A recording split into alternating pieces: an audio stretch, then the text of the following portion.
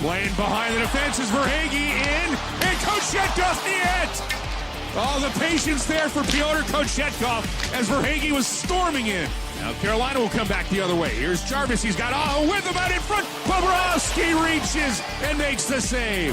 That puck is deflected, and it'll find Barkov. Barkov coming in on the break, and Kotchetkov. Oh, mercy, Pyotr. He coming the other way is a chance, and Kotchetkov denies Verhaeghe a second time. Martinook trying to center it across Kotkaniemi, and he crashes into Bobrovsky. He was hauled down, no call. They keep it moving. Carolina puts a shot on. I think it hits Kotkaniemi. Second chance to shoot and score. Keep playing Jaccob Slavin. And now, all heck's going to break loose. We'll wait to see if this holds on. But right now, Jaccob Slavin has put Carolina in the lead 2-1. Welcome to the Canes Corner podcast. I'm Adam Gold. That was fun. That was a good way to win a game like that. Pyotr Kochetkov didn't have to stand on his head. Made a lot of the saves look just kind of easy. But he faced a lot of danger tonight. He had, I think, 11 high-danger shots on goal. Not chances. Shots on goal. And he turned aside 10 of them. Only Anton Lundell, 2:17 into the second period, got past him. And he had, it was great shot. He had really no chance.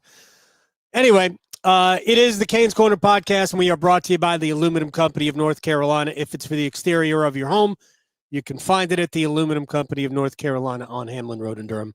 No place like it. Sam Meehan and his crew do a great job, and you should go check them out. I think Kochetkov has probably had better games in his career.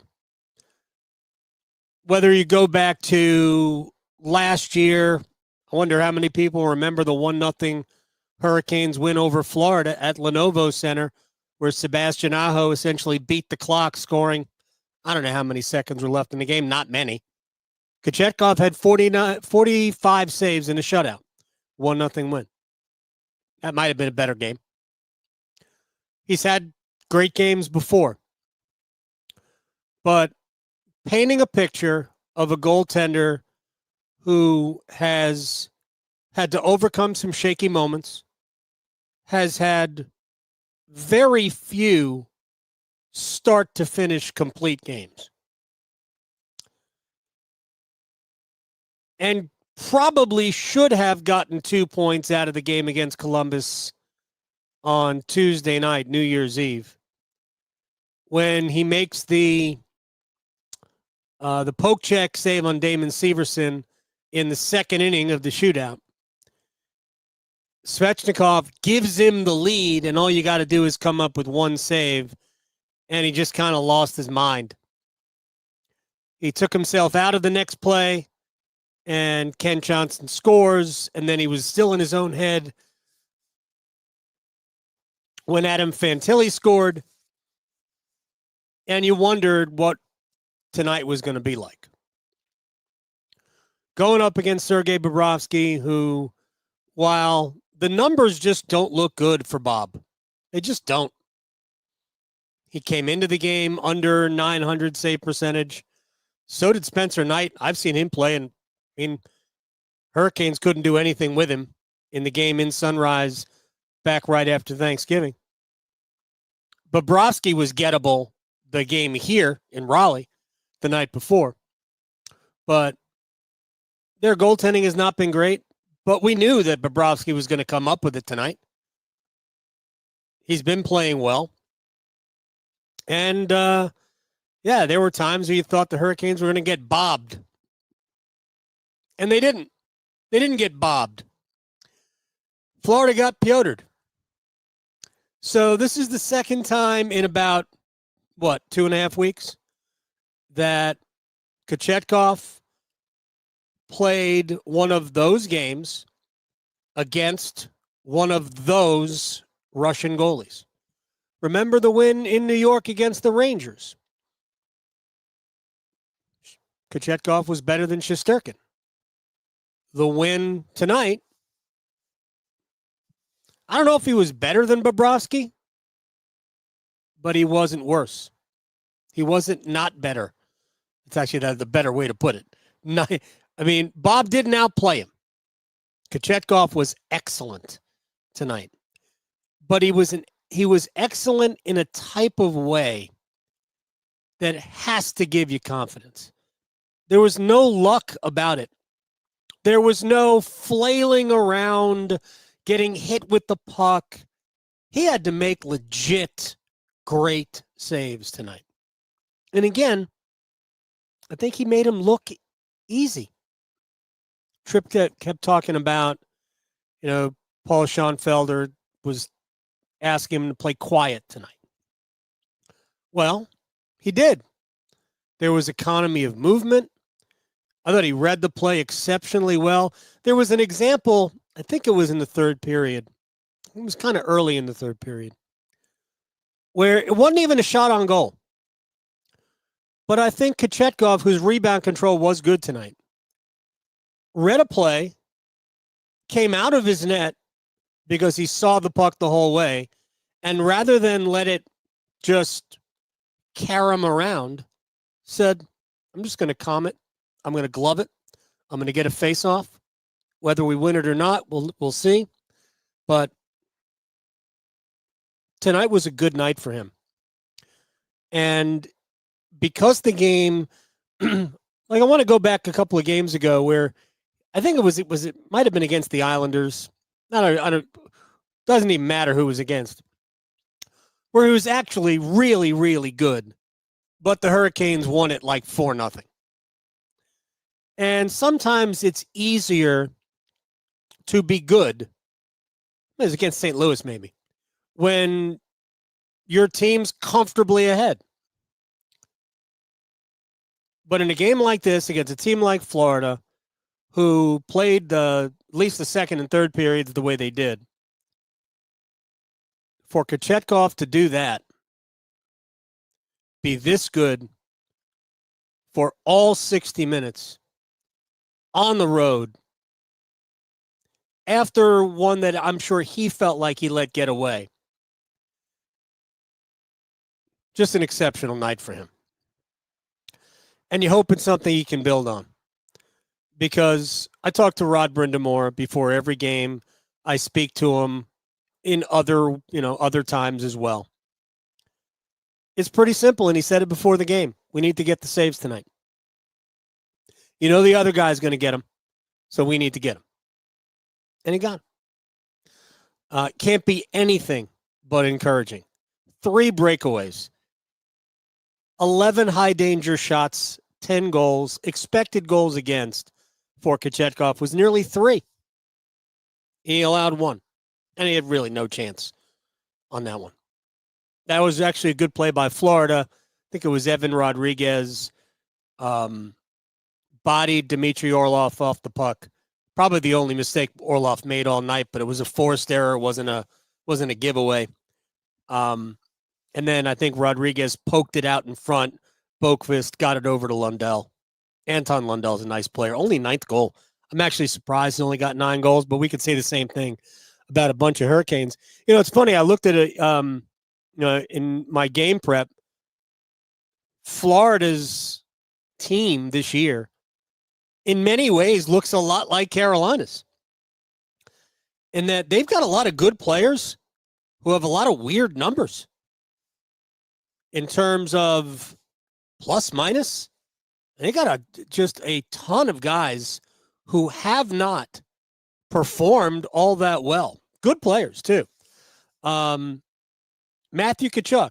I don't know what, I didn't see the plus minus for Florida tonight. Matthew Tkachuk is a -5. Sam Bennett's a -14. Carter Verhaeghe is a -20. Those numbers can be misleading. I don't know if they were that those numbers can be that misleading. I mean, that is insanity, some of those numbers. So, but the Hurricanes got good performances pretty much across the board tonight. I thought Carolina's first period was their best period. Second period, I thought Carolina had the puck a lot, didn't do much with it. Florida had a bunch of chances. Obviously, they scored one goal, but they could have had more. Rod said it before the game, and I said it in the first intermission. Carolina should have had more than the one goal in the first period. Didn't. You hope that wasn't going to come back to bite him. Nearly did. I thought Florida was maybe not the better team, but certainly had the better chances in the second period. And the third period, I didn't think Carolina was great. I thought the goaltending was. And I thought when it came right down to it, Carolina defended fairly well in their own end. But the last 4 minutes or so, I know Tripp was saying on TV that he didn't think Carolina would, or rather Florida would pull Bobrovsky early because they had generated a bunch of scoring chances. They didn't generate all that many. There were obviously a few, but not that many with the extra attacker. It was good desperation defending from Carolina. Orlov, again, a couple of blocked shots in there.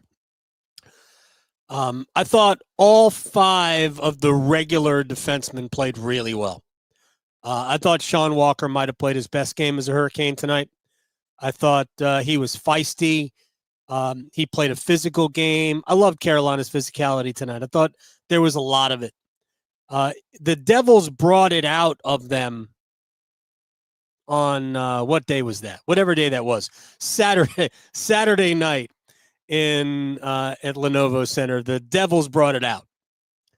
But I thought Carolina brought it with them to the Panthers tonight. I thought Carolina out-hit Florida in the first period, and they just looked physically engaged. And to me, if you're going to deal with the Florida Panthers, you're going to beat the Florida Panthers, you better be throwing your body around because that's what they do. And if you're going to allow them to dictate to you, you're probably not going to win. Carolina, I thought, dictated to Florida, even though the Panthers were really good over the last 2 periods. I thought Carolina dictated to them. Shouts to Wilmington and California Caniacs, Greenville, Outer Banks, and we'll get to some more locales. I always feel like this is a Smucker's commercial. Is anybody 100?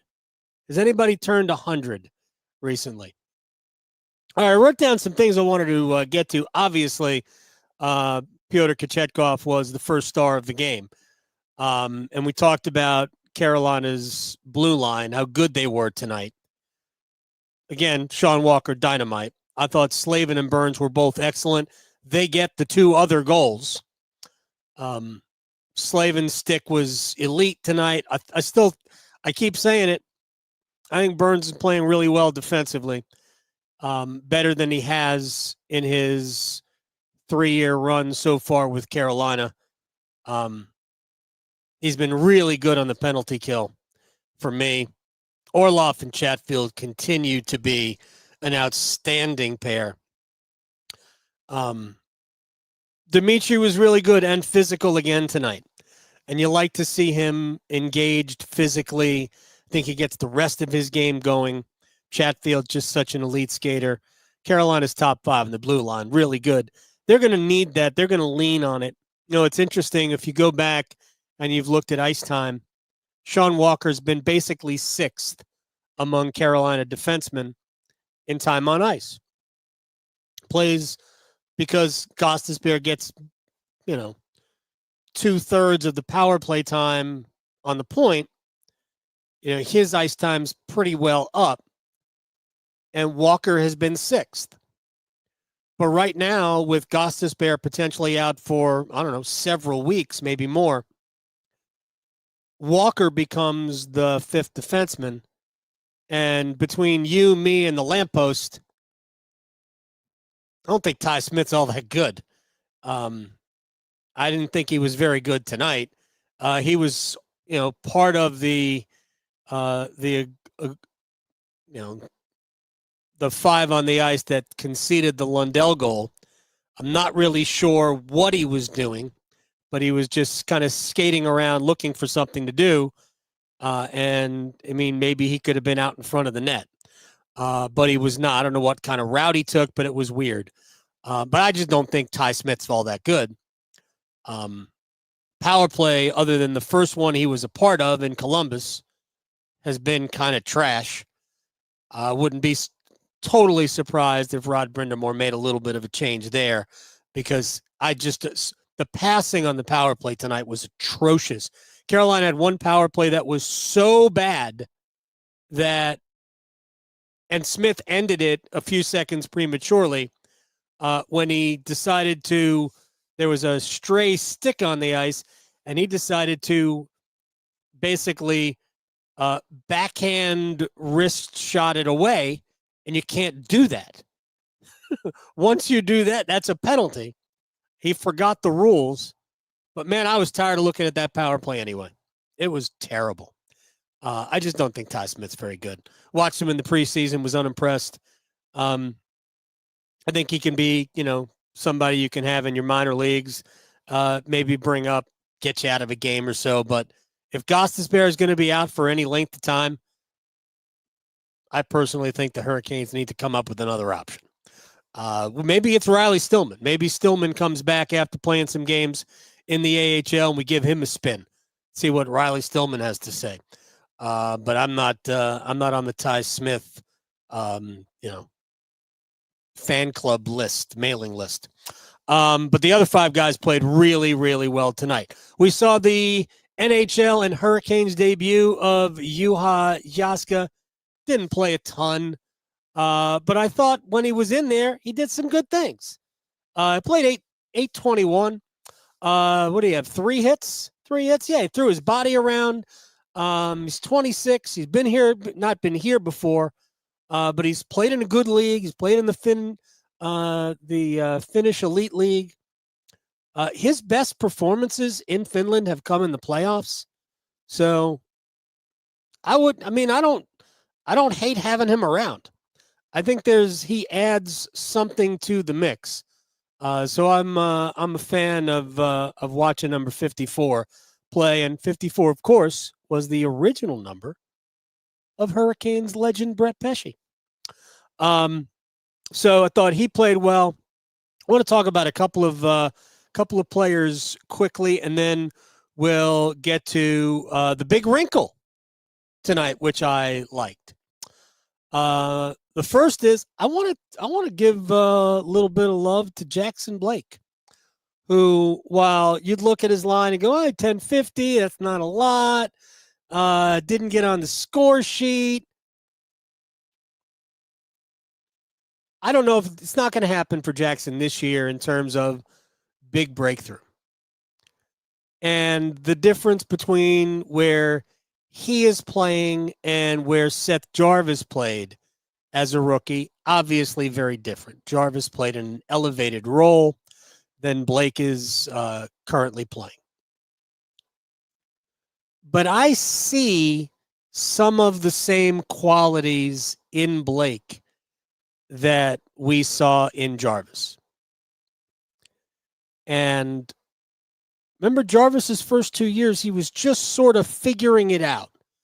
He was more offense in year 1, then was a much better player in year 2, even though his production dropped. And now we see what Jarvis is. Jarvis is going to be a dynamite. He already is a dynamite player. But he's going to get stronger, and hopefully his shoulder will get better. I don't know what he's dealing with now. But when Blake gets stronger, Blake has some offensive chops, man. That kid's going to be a fun watch. Now, he's never going to be 6'2", but he can be, instead of 175, I'm guessing that's what he is, he could be 190. He can just get stronger. And if you can skate and if you can play, you can be effective in this league at 5'9", which is, I think, what he is. And I'm not comparing him to Brad Marchand, but Marchand's tiny. Blake's got elite hands and great, superb vision. He's going to be a good player. I think he's the best part of that second power play unit. He needs to get the puck in some more shooting positions But, man, he is a creative player. Love watching him play. First period for the Aho line was excellent. After that, it was good, but it was excellent in the first period. And one of the things I definitely wanted to get to tonight was the little wrinkle that Rod Brind'Amour gave us in the first, to start the game, which was Jesperi Kotkaniemi and Jordan Staal flipping lines. And it was done so Rod could have he knew what Paul Maurice was going to do. He knew Maurice was going to put his second line, which is the Bennett, Tkachuk. Is it Luostarinen? I think Luostarinen out. Forget who the third winger is, who the other winger is on that line, but that line was going to go against Kotkaniemi, Necas, and Svechnikov. Rod knew that because that's what he would do, and that's what we have seen in Florida.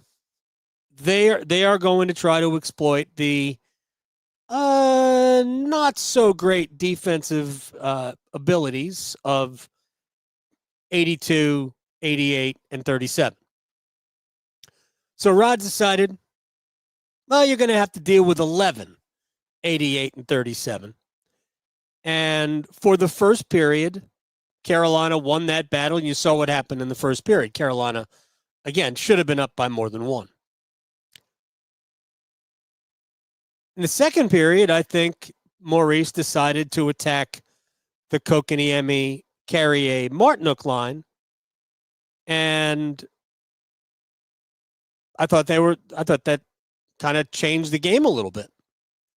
So credit to Coach to Mo for kind of countering Rod Brind'Amour's move. But I also think that it kind of made Kotkaniemi a better player. I think playing with Martinook will always make you a better player. Playing with the two wingers, Martinook and Carrier, they only know how to play one way. So Kotkaniemi was dragged into that way of playing with those two guys. And, it's very possible that Kotkaniemi is being dragged down by his two wingers on that line, Necas and Svechnikov, dragged down defensively. Because right now, that line has not been nearly as effective as it needs to be. On home ice, and I think Rod will switch back for the two games at home. Because, and I'll just say this because I believe it to be true. Carolina at home. Kotkaniemi, Necas, Svechnikov, assuming that those three stay together. That's a line that has to dominate offensively. Has to. Because Rod knows that he's going to put the Aho line out against one of the team's top two scoring lines and the Staal line out against the other of the team's top two scoring lines. There aren't very many teams that have three of those lines, but Carolina will get favorable matchups for the KK line out against bottom six forwards and bottom pair defensemen. And on home ice, that's where those guys must take advantage. They must.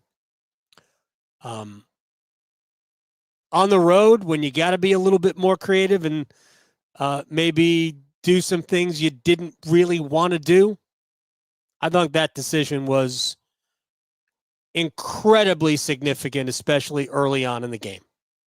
Once Florida adjusted, it kind of leveled out, but that first period, again, Carolina should have been up, I think, by more than one. But I thought Kotkaniemi played well, Staal played well, and now we know we can do it. So I wouldn't be surprised if Rod saw enough of what he liked for, like, on the road, they're going to Tampa. Kotkaniemi, Martinook, and Carrier can be a thing. It was good. I thought that they were a fun watch today. All right, To the play. The absolute goofiness of the play.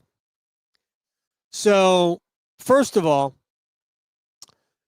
you want to give Kotkaniemi credit for doing the right thing.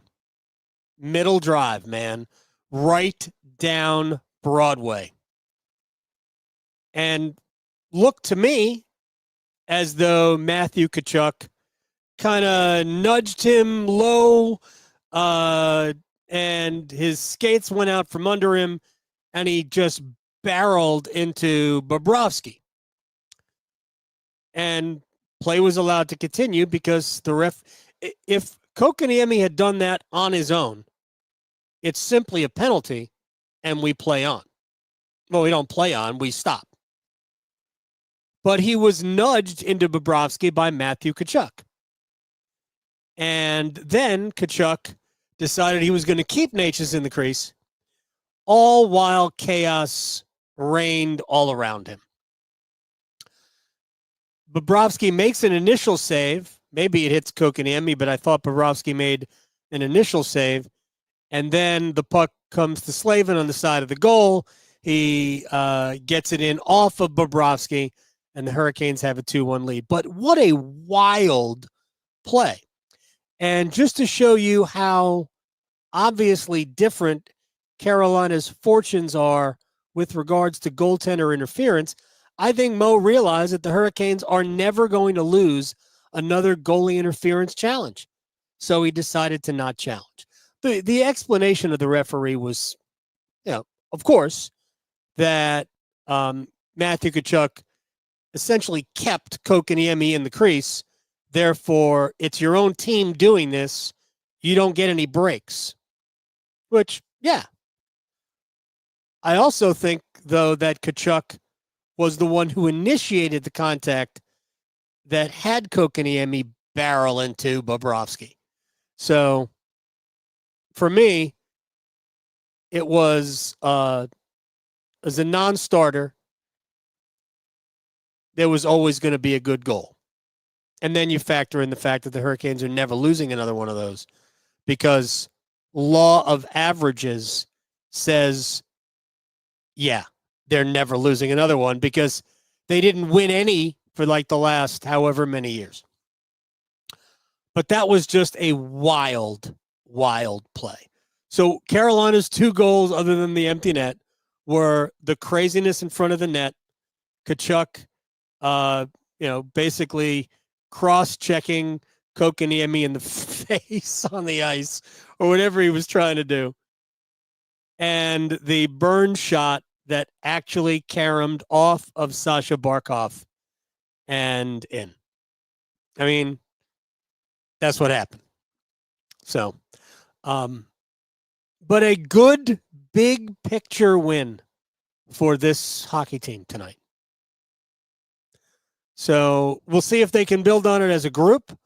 We'll see if Kotchetkov can build on it individually, because in the grand scheme of things, yeah, you want your big guys to score. To an extent, one did. They need more offense from Brent Burns. But you needed your goaltender to win you a game. They needed it. And they needed him to win a game like this against a team like Florida on the road, coming off a not great finish in Columbus. You needed to see the mental best of Kotchetkov. And we got it. We all saw it tonight. And that was very, very cool. We have a new feature in the aftermath called the Player of the Game. We have 3 stars, which I gave out, and my 3 stars were Walker, Kotkaniemi, and Kotchetkov, 3, 2, 1. And then we had a Player of the Game, and my Player of the Game was Matthew Tkachuk. Vince saying hi from Cincinnati. Let's see what else we've got. Bluefield, West Virginia. Lovely. It's a minor league team, right in Bluefield. Canada loves me. I love Canada. I also love their bacon. Willow Spring. Is it Willow Spring or Willow Springs? I think it's Willow Spring. Holly Springs, Willow Spring. Is that it? Fayetteville saying hello. I'm trying to think. Let's see. Rockford, Illinois. All right. Fuquay. Well, way to go. We'll be down there on Sunday. So enjoy all of it. But again, Hoke County saying hello as well. Here's the thing. Hurricanes aren't going to go very far in the playoffs with that great goaltending. Now, that great goaltending might come from Frederik Andersen. I am not ruling that out. You shouldn't either. But if you want to get to the playoffs in the best possible position, like you want to finish no worse than second in your division so you can get home ice advantage in the first round of the playoffs, they ain't doing it without consistently better from Kotchetkov. Tonight was a great sign. Now we'll see if he can do it against the Wild. We got to get out of here. I am Adam Gold. We're brought to you by the Aluminum Company of North Carolina. If it is for the exterior of your home, you can find it at the Aluminum Company of North Carolina on Hamlin Road in Durham. No place like it. Sammy Hanna and his crew do a great job. You should check him out online, aluminumcompany.com. I thank you so much for spending some time on the Canes Corner podcast. We'll see you after the Canes and the Wild on Saturday night from Lenovo.